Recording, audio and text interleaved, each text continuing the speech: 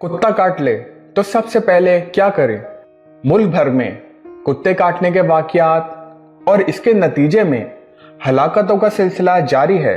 तभी माहिरीन ने ऐसी नागहानी सूरत हाल में बचाव की कुछ मुफीद तजावीज़ दी हैं। कुत्ते के काटने के बाद इसके लुआब में मौजूद रेबीज नामी वायरस इंसान के लिए जानलेवा साबित होता है। इसीलिए इसकी वैक्सीन को ARV यानी एंटी रेबीज वैक्सीन कहा जाता है। फौरन सरकारी अस्पताल का रुख करें। ये वायरस पागल कुत्ते में मौजूद होता है। ताहम ऐसी सूरत हाल का सामना हो तो कोई देसी टोटका इस्तेमाल करने की गलती ना करें। इस सोच विचार में भी वक्त ज़ाया मत करें कि वो पागल था या नहीं। पहली फुर्सत में करीबी सरकारी अस्पताल पहुंचने की कोशिश करें।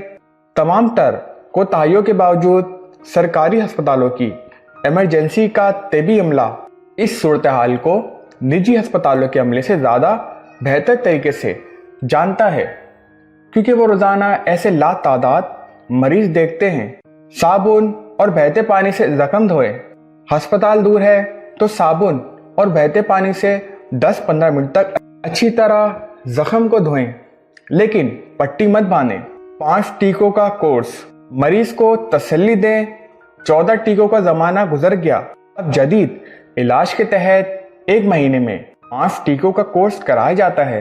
पालतू कुत्ते की वैक्सीनेशन भी इससे बचाव का एक अहम जरिया हो सकती है।